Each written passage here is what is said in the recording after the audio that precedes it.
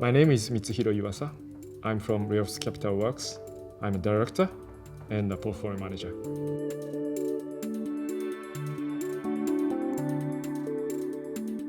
Our investment objective is finding Japanese growth quality companies and make an investment and make a superb return for longer term period.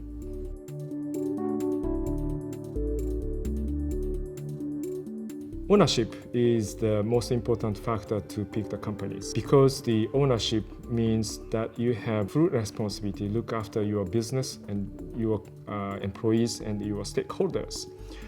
Look at Jeff Bezos. He owns 13% of the company of such a huge amount of the market cap company. So he does everything himself. He decides himself, he moves himself, he acts himself. So he doesn't run away from his business and he looks after everything by himself. So that ownership is the most important aspect to look at the companies.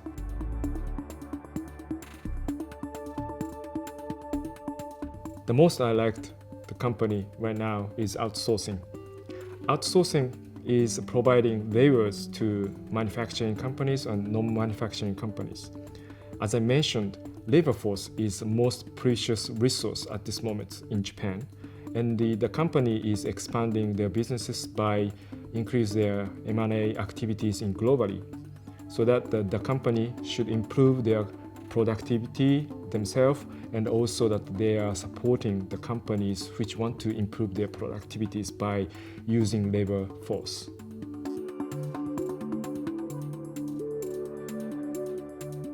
The BOJ will continue to buy the ETF and continue to buy the market to support the Japanese economy. And that's inevitable, and that is a good help to Japan as a whole.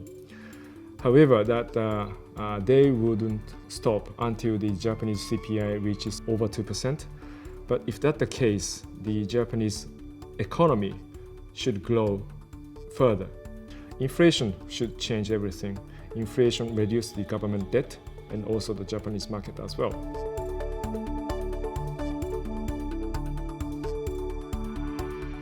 Abenomics helped Japan so much. Abenomics started since 2013, and the Japanese company's bottom line grew so much after that. And Abenomics should be continue. And in fact, Abe and Liberal Democratic Party won the general election last year, and he appointed Mr. Kuroda as a governor and the chairman of the BOJ. So which means that we have the same condition of the fiscal policy and the monetary policy for a while. So that should help Japan further.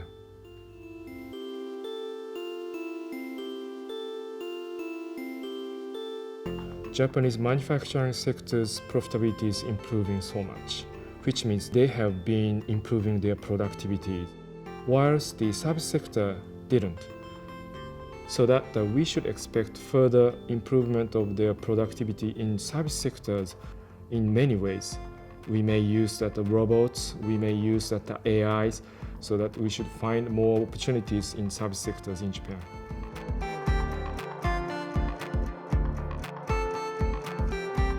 Labor shortage in Japan is very much severe at this moment.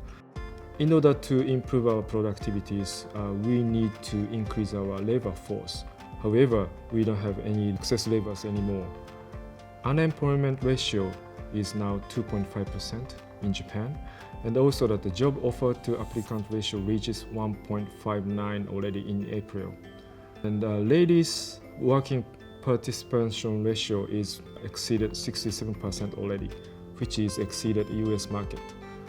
So there is no way to increase our labor force unless we allow immigrants. However, we have many ways to improve our productivities. First, we actually need to raise the employees' salary to attract the employees to not leave in the companies. And then we should employ the AI robots to improve our productivity. So that we are now focusing on the companies that improving their productivities, or the companies which are providing services, knowledge, technologies to other companies to improve their productivities.